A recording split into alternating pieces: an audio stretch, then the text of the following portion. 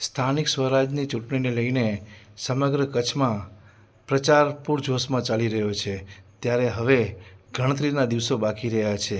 આ ચૂંટણી લઈને બારડોલીનું કહેવાતું નખત્રાણા વિસ્તારના વિથોણ તાલુકા પંચાયતની પ્રતિષ્ઠાભરી જે બેઠક છે, એવી આ વખતે કોંગ્રેસે પોતાની પૂરી તાકાત લગાવીને એક એવા ઉમેદવારને ઊભા રાખ્યા છે જે ભાજપને ટક્કર આપી શકે છે અને આ વખતે અપસેટ પણ સર્જી શકે છે.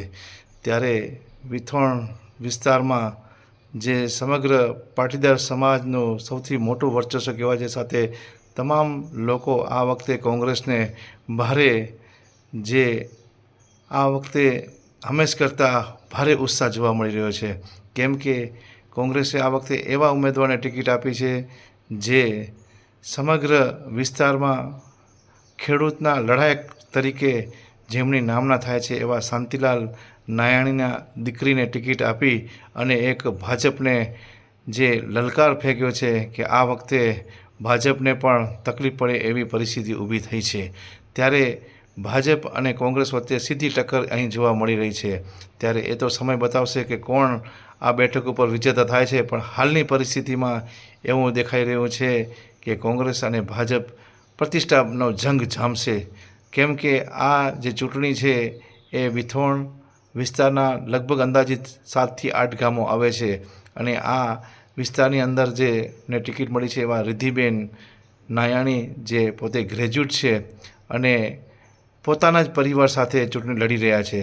ત્યારે શું કારણ છે આ કોંગ્રેસ તરફથી ઊભું રહેવાનું, એ તો એ સ્થાનિક લોકોને ખ્યાલ છે કે આ ચૂંટણી એટલી બધી જબરજસ્ત પ્રતિષ્ઠાનો જંગ બન્યો છે કે આ વખતની ચૂંટણી ધાર્યા પરિણામ કરતાં અલગ પરિણામ આવે એવું અત્યારે જોવા મળી રહ્યું છે.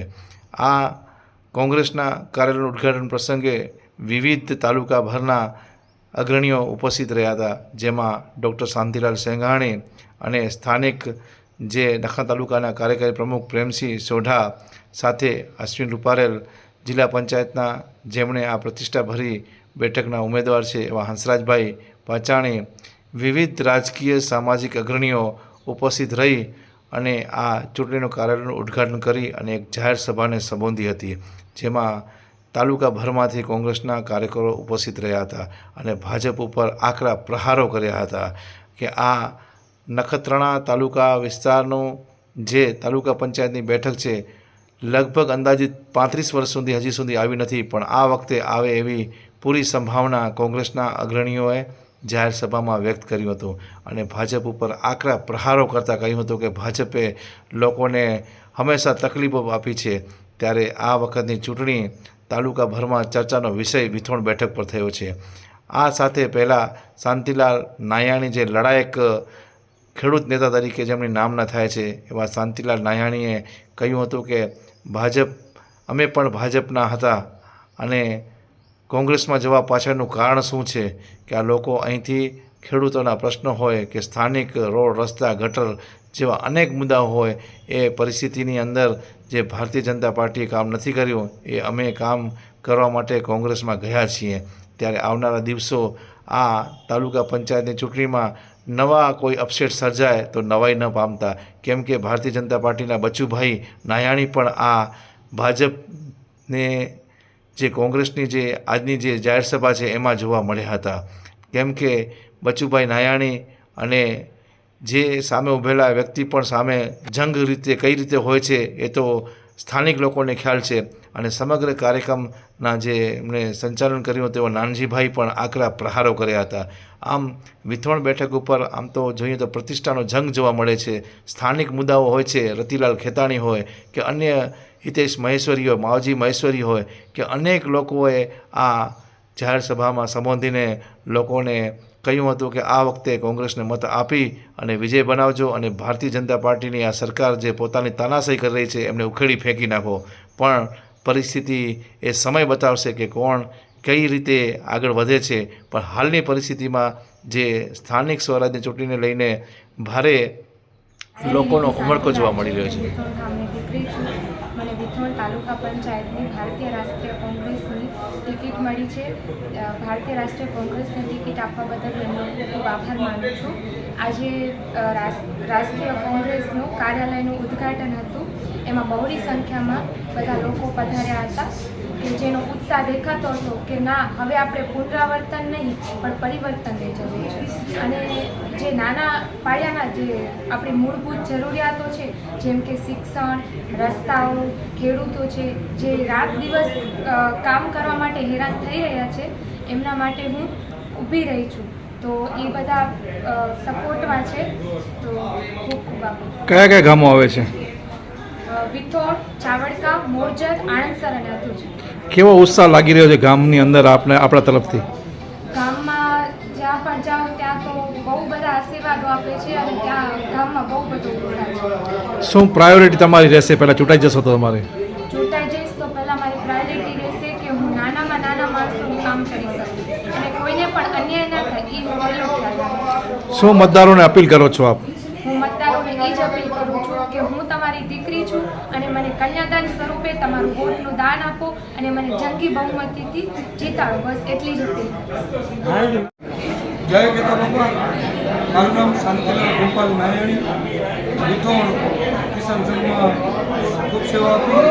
આ વિથોણ વિસ્તારની અંદર અબોલાઓ માટે હોય, માનવ સેવા હોય, 24/365 સેવા થકી અને વેદનાઓ થકી મારી દીકરી રિદ્ધિ નાયણીને નખત્રાણા તાલુકા પંચાયત વિથોણ સાહેબના કોંગ્રેસના ઉમેદવાર તરીકે જ્યારે ટિકિટ આપી છે, ત્યારે હું ભારતીય રાષ્ટ્રીય કોંગ્રેસ પક્ષનો ખૂબ આભારી રહીશ કે મારી દીકરીને ટિકિટ આપી. મિત્રો, ખૂબ વેદના અને વિટંબણાઓ વચ્ચે અમે ખૂબ જજુમી રહ્યા છીએ ખેડૂતોની. ખરેખર મારે એક જ વાત કરવી છે, બહુ વાત કરવી નથી, કારણ કે જો વાતો કરું તો સવાર પડે એમ છે. ખેડૂતોની હોય, પશુપાલકોની હોય, નાનામાં નાના માણસોની વાતો હોય. સ્પષ્ટપણે હું કહીશ કે ખેડૂતોને અત્યારે તાજા સમાચાર આપું તો નખત્રાણા તાલુકાના ખેડૂતો એમ પ્રથમ હું મારી નાણાંની ખરીદી માટે અરજીઓ તો વહેલી થઈ ગઈ. ખરીદી સેન્ટર કોટરા મુકામે આવ્યું. વિચાર કરો અહીંયાથી ક્યારે લઈ જઈ અને અહીંયા ભાવ 2350, ખેડૂતોનો સરકારી ટેકાનો ભાવ 2480 રૂપિયા છે. ખરેખર ટેકાનો ભાવ એટલે કે ખેડૂતોને જીવતો રાખવા માટે 2350માં 23માં 2280માં અમે ખેડૂતો લૂંટાઈ ગયા. એ ખરીદી મળી ચાલુ કરી. હું તો એમ કહીશ, નખત્રાણા તાલુકા ને બારડોલી જો કહેતા હોય તો ક્ષમા માગું છું, બારડોલી કહેવાનું બંધ કરો. જ્યારે નખત્રાણા તાલુકાના વિથોણના ખેડૂતને જો કોટરા મુકામે માલ જો લઈ જવો પડતો હોય, આનાથી વિટંબણો શું હોય? બરાબર લાઈનનો પ્રશ્ન હોય, ખેડૂતોને દિવસે વીજળી માટે પણ જજુમ્યા. કેટલા હેરાન થવું. અમે નથી ઘરના નથી ઘાટના. નર્મદાને હું એમ કહીશ કે નર્મદા વહુએ નથી મળતી, નર્મદા પાણીએ નથી મળતું અમને ખેડૂતોને. આવી ભયંકર પરિસ્થિતિમાં માત્ર કરોડોની વાતો, મજાકની વાત કરીશ તો અત્યાર સુધી ભાજપની સરકાર સીધો ભાજપમાંથી પ્રહાર કરીશ. કરોડોની વાતોમાંથી આવી ગયા લાખમાં. 2 કરોડની જગ્યાએ એમ કહેશે 200 લાખ રૂપિયા આપ્યા. 200 લાખ ભાઈ, 200 લાખની હું તો એમ 500 લાખ આપો એની વાત વાંધો નથી મારે, પણ તમે વિકાસ અને આ ટોળો અમારી પાછળ લાગી ગયા છો એ અમને તકલીફ છે. રસ્તાની વાત કરું, ખૂબ જજુમી છું. મારા વિસ્તારના દરેક લોકોને ખબર છે કે કેટલી વિટંબણાઓ છે. આજે પણ રસ્તો નથી બન્યો. ચૂંટણીનો જ્યારે થઈ ત્યારે ભરવા આવ્યા છે, કોઈ વાંધો નહીં. અત્યારે ચૂંટણી છે, પાછા રસ્તા ઉપર લાગી જશું, સચ્ચાઈ ઉપર પાછો આવીશ અને મને ખૂબ પરમ આનંદ થાય છે. આનંદ નહીં, મારા વિસ્તારના લોકો જે મને હૂંફ આપી છે ને મિત્રો, એ મારી જિંદગીમાં હું આ જ કમાણો છું. શાંતિભાઈ, આજે જે ખાસ કરીને ભારતીય જનતા પાર્ટીના અનેક નેતાઓ આજે જે સ્થાનિક છે જોવા મળી રહ્યા છે, શું કહેશો એનામાં આપણે? જો સમજાયું ફરી ભારતીય જનતા પાર્ટીના સ્થાનિક નેતાઓ અહીં અગ્રણીઓ છે, આજે મિટિંગમાં જોવા મળી રહ્યા છે, શું કહેશો? એના બાબતે હું એટલું જ કહીશ કે એ જે એક સચ્ચાઈ બતાવે છે કે એને પોતાને પણ વેદના છે. કારણ કે અંતે હું પણ ભાજપી જ છું ને, અંતે હું પણ ભાજપી જ હતો ને, પણ વેદનાનું કોઈ સાંભળે નહીં. કરપ્શન, અરે કેટલી પીડાઓ ભાઈ. એ જે ભાજપના નેતાઓ તમને જે દેખાઈ રહ્યા છે ને, એની વેદનાઓ છે. મારે કહેવાની કોઈ જરૂર નથી. એની વેદનાઓ લઈને આવ્યો છે અને એની આશા અને અપેક્ષા છે કે શાંતિલાલ એમની દીકરી, કારણ કે મારી દીકરીને પણ મારા જ સંસ્કાર આપેલા છે એટલે કોઈ દિવસ એ પાછી નહીં પડે એટલો મને વિશ્વાસ છે. સચ્ચાઈ ઉપર ચાલવાવાળો મારો પરિવાર છે. એ આજુબાજુનો વિસ્તાર બધો જાણે છે. એનામાં અમે ખૂબ આગળ વધશું. લોકોને ન્યાય અપાવવા માટે પૂરા પ્રયત્નો કરશું.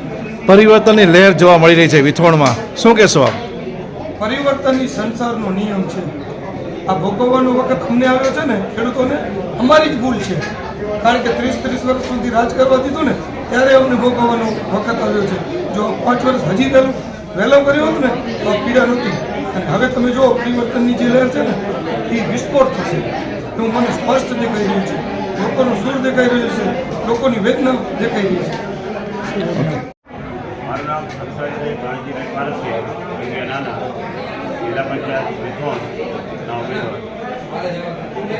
શું કહેશો આપણે આજના ઉમેદવાર પછી આજે કરેલ ઉદ્ઘાટન પછી તમને કેવો માહોલ જોવા મળી રહ્યો છે? બહુ સારું છે અને બહુ ત્રાસેલી પ્રજા છે. નથી કોઈને 100 ચોરસાના પ્લોટ મળતા, નથી 20 વર્ષ ગામના રસ્તા થતા, જે 5 વર્ષ રસ્તા થતા ડામર, એ તો હવે રસ્તામાં ગામમાં હાલે તો ક્યાંય ડામરે મળતું નથી. મોટરસાઇકલ જઈને ચશ્મા ન પહેર્યા હોય તો આ ઘરે જઈને આંખમાં ટીપા નાખવા પડે. આવી પરિસ્થિતિ છે. જાણે રાણમાં ફરતા હોય. શું અપીલ કરશો મતદારોને? મતદારોને તો જો એક વસ્તુ હોય, જો પરિવર્તન ન થાય તો લોકશાહી ખતમ થાય રહી, દેખાય રહી. અને પરિવર્તન એ લોકશાહીનો એક ભાગ છે. કેમ કે એના માટે 5 વર્ષે આપણે સત્તા આપેલી છે સંવિધાનમાં. એ તો આ ચૂંટણીના ખર્ચ કરવાની જરૂર શું હોય? પછી 30 વર્ષનું કરી નાખે તો આટલા બધા ખર્ચ બચે, લખા બચે. પણ સત્તા શા માટે આપી 5 વર્ષે? કેમ કે નાનો માણસ હોય કે મોટો માણસ હોય, એના કારણે મતદાન જે છે એનો પાવર બધા પાસે સરખો છે.